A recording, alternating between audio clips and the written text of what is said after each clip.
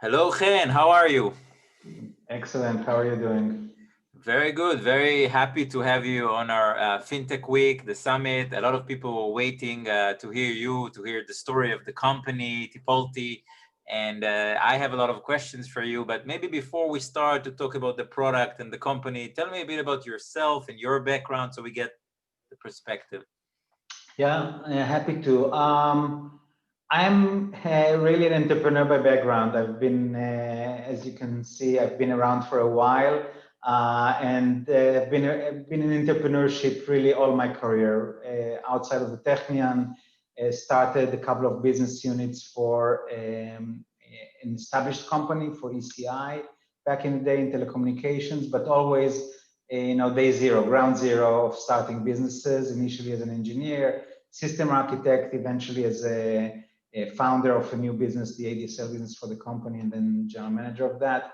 Then through being a venture partner, EIR with VCs, started a couple of companies. The only one ventured into established companies or not the ground zero was another telecommunications company called Atrica in the mid 2000s, sold it to Nokia Siemens just before the market collapsed. Then started Tipalti. So really entrepreneurship for all my career. An Wow. engineer by background, a product person, started Tipalti. I was the programmer for Tipalti. I really wrote the code initially. Wow. And how did this idea came to life, the company? Yeah, so after selling Atrica, moving back to Israel, I took some time off. And at some point, I was itching to do something else. Called Oren. Oren is Oren Zev from Zev Ventures. We went to business school together. Called him March of 2010, told him I'm itching to do something. If you, through your relationships, learn of anything interesting, let me know. And August of the same year, 5 months later, he calls me and says, look, one of my founders has a challenge. Why don't you look at that challenge? And we met, the three of us. And the challenge was a little bit obvious for me, like for a novice, it looked obvious, like paying suppliers. Okay, what's the big deal? Must have been solved already.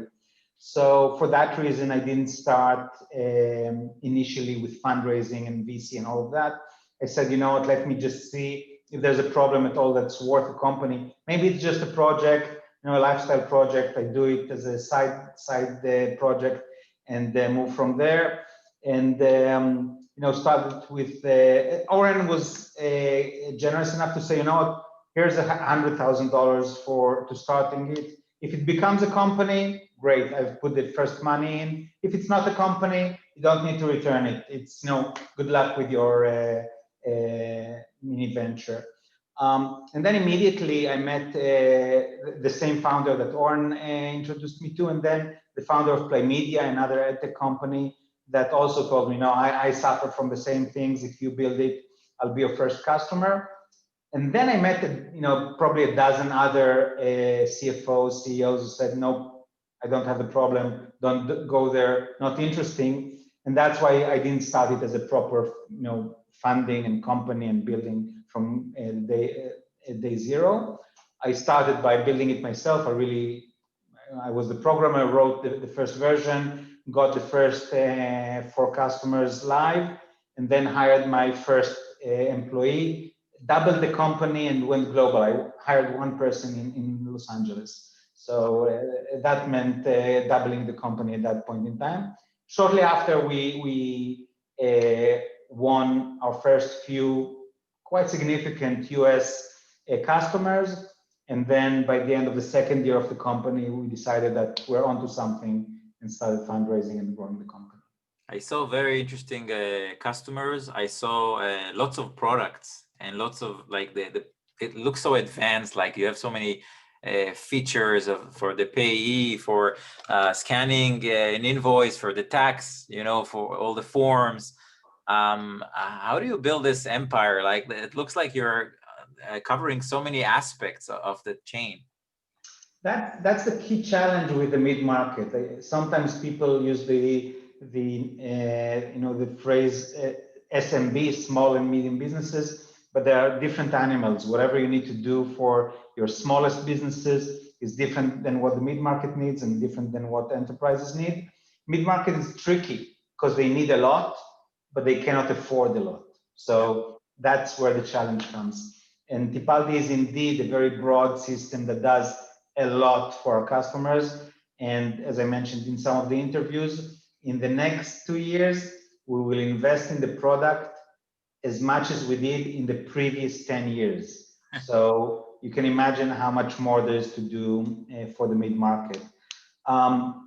It's years and years of investments. It's really, and the challenge is that it's not one thing, as you say, you know, there's supplier onboarding, and there's tax compliance and AML compliance, and handling all the global payment regulations and currencies, and reconciliation and invoices and POs, and just a very broad set of challenges. And we started off with, you know, touching the very key food groups, so to speak, for our customers. And then we go deeper and deeper and broaden our solution. And it's the product of 10 years of work. Lead me to, I understand the pain from so many aspects. Like, what are the, let's say, popular features like that really helped you shape the company, like from the customer perspective? What did they find in Tipalti that was critical for their improvement as companies? Yeah, I think the key value propositions of Tipalti are we save 80%, 80% of the labor. Some customers say 90, some even say higher than that. We're not defining the number. It's what our customers say, but at least 80% of the work associated with these challenges. And we do that in two ways. One is automation, you know, AI, machine learning, automation. That's part of it, but a large part of it is just exporting the work to the suppliers, exporting the work to the business person in the company, and relieving the finance department from really doing it. It's not a tool for the finance department to type in details. That's not what Tipalti is. It's a tool about democratizing the information and actually empowering the supplier to, you know, make their own choices, to have more control, have more transparency, and at the same time take work off of our customer and let the supplier do that. When there's a tax compliance requirement, the supplier completes it. When there's an AML challenge, the supplier completes it. When there's an invoice to submit, the supplier does that, and the customer does very little amount of the work. Some of our customers are high growth companies. You looked at our Rolodex, and you know, you have your Twitters and GoDaddies and Twitch, Amazon, and you know, just AppLovin, and just companies that are fast growth companies. The accounts payable department for some of these companies is the bottleneck. It's kind of counterintuitive, but given that it's the last place of the organization to be automated, it becomes the bottleneck. For Twitch, they're growing like crazy. DistroKid are growing like crazy. AppLovin, all these companies are very high growth companies. We actually are an enabler, and some of our customers tell us we could not have grown, and there are video testimonials with their names, with their faces saying that we would not have been able to grow without Tipalti. So we enable scalability. In today's world, work from home becomes a challenge for the finance department. If you're not digitized, if you're not using systems like Tipalti, how can you sign a check when you're the CEO and CFO? You need two co-signers. One lives in one city and the other 25 miles apart. How do you sign a check? How do you approve invoices if they're not digitized and going through a proper digital workflow? So we enable that. Financial controls, again, companies are, you know, they have to be in better control of their finances. We provide those controls. And then global. Global is just a pain multiplier. If you have any exposure to global, if even 5 or 10% of your suppliers or payees are not domestic, the pain just goes through the roof. Handling those, handling the specific needs of how do you pay them, what does the regulator in that country require, you know, what payment method, what currency, all that. How do you handle payment failures? all that. How do you handle multi-subsidiary or multi-entity? If you're a mother company in the US and a subsidiary in Canada and Australia, how do you have the same financial controls? How do you have the same tax compliance? How do you control all of that without a proper global system to do that for you? So yeah, that's what we do. Fascinating. I can hear, I'm so into the business, so I know the pain, and a lot of people who are watching us, I'm interviewing here lots of CEOs and founders of banks, neobanks, fintechs from all over the world. Some of them are super sophisticated into the accounting and the software, and what you have here is a complete set that has all the solution. It's amazing how much knowledge they accumulated over these years and listening to these customers, top customers all over the world. What are the markets that you see customers are tapping from? So geographically, around 75% of our customers are in the US, 25% are from almost every continent in the world, but really all around the world. That's from a geographic perspective. We market in the US, but customers find us even when they are outside of the US. So they just through our marketing channels, they're able to find us. From a vertical perspective, we started in what we call digital. So your ad techs, your e-commerce, marketplaces, these were the initial verticals we focused. But today, more than 50% of our business comes from traditional businesses, non-digital, let's say, just insurance companies, manufacturing, retail, just the broad set of verticals. So it's As a you said, properly horizontal solution. COVID just accelerated that. What did you feel during these waves of COVID? Yeah, COVID did provide tailwind. So for the reasons I mentioned, because of the need to work from home, some customers were really scrambled. Existing customers that did a part of their business with us, but there was a business unit that was not yet on us. And new customers, we have some case studies again on our website. New customers who said, there's one of those case studies is an organization, a bartender guild, and they received, I forget how many, but 20, 30, $40 million to give as support for their members, but they couldn't send it for those same reasons, the checks and co-signers and all of that, and they scrambled to have us help them, and that was a common event for us. And then for all the reasons I mentioned as well, the need to work from home, better financial controls, all of that, that provided tailwind for some, but there is, right, some of our customers and some of our prospects are struggling more, and they need to balance between their understanding of the need to invest, because in this environment, automation will help you, and just the pure challenge of allocating time and resources under COVID to new initiatives. For those who don't know, raising money, some news and updates about that? Yeah, we just announced a couple of weeks, back in October, we announced that we raised $150 million at a valuation of just over $2 billion. We're very proud, very excited of that.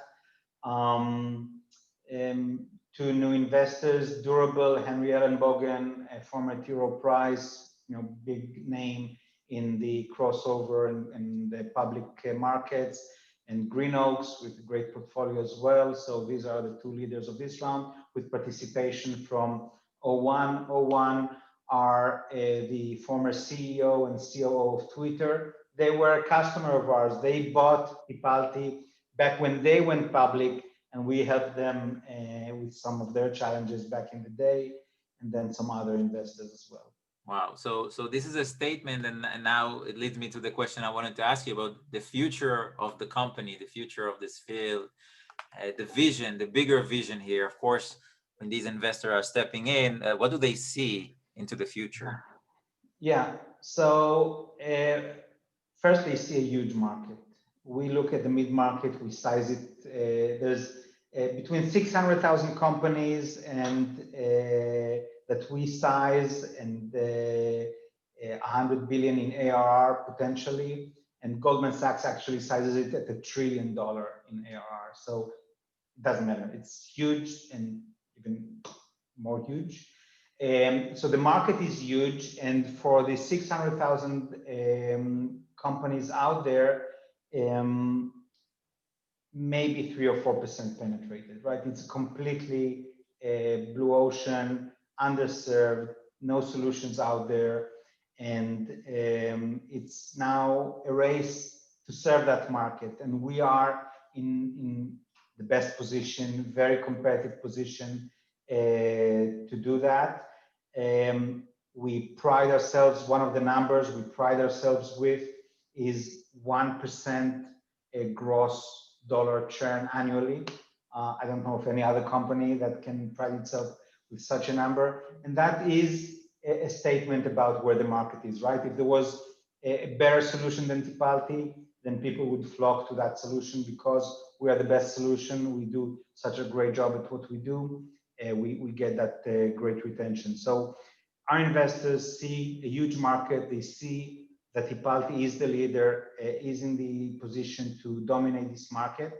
And they see they got a sneak peek to what we will do with those investments in the product in the next 2 years. Unfortunately, cannot share that with you, but we have some exciting stuff we're in the oven that will be important for our growth in the years to come. Amazing. We are just a couple of minutes from the end of this interview. Of course, I didn't mention like the APIs, the API part. You want to say something about that? Yeah, it's we are obviously open to third parties to integrate. We are integrated into some ERPs, NetSuite, QuickBooks, Intact. We're chosen as NetSuite's Partner of the Year out of all their partners, hundreds of partners.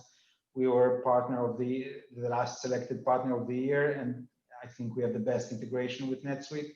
We're opening up to every ERP out there in a short time. So that will be exciting for us as well. We'll be able to serve every company out there, regardless of their ERP. We do work in a white labeled model where it's our customer's brand in front of the supplier. So some of our customers, like the Twitters, GoDaddy's, Twitches, they care about their brand even at that payment stage. And we make all those interactions. If you log into Twitter, if you log into Twitch as a supplier, payee, a streamer, publisher, you will experience Twitter, you will experience Twitch, you will experience GoDaddy, but it's really Tipalti behind the scenes that solves all those questions about, you know, supplier onboarding, tax compliance, AML compliance. We do all those interactions. It feels like it's Twitter. You get communications in email from payments at Twitter, but we actually drive that. So it's APIs on one hand and white labeled on the other hand, and that's what our big brand customers require. Amazing. Thank you very much. I love this. I love the company, and you're actually next to my house here, and we are doing this online. I'm very, very excited for what's next, of course. And a lot of people here are from this field. So how can they follow up with you, with the company? What's the best way to reach? Follow me on LinkedIn, follow Tipalti on LinkedIn and Facebook and all those social channels. That's the best way. Connect with me, connect with the company. There's the blog on Tipalti, follow the blog, and you know, just the normal ways of communications with me and the company. Great. Thank you very much, Chen. Stay on during the summit. A lot of people will want to, of course, network and get to know the company. I'm a fan, and I want to visit your office soon, hopefully, and meet with the team and all the people who are making the magic over there. Thank you so much for having me. That's great. Love the event and looking forward to interact with everyone on the event. And I really hope we get to connect in person in our offices. Great offices, by the way. We love them. And Guilherme as well. Great. Take care. Thank you. Thank you very much.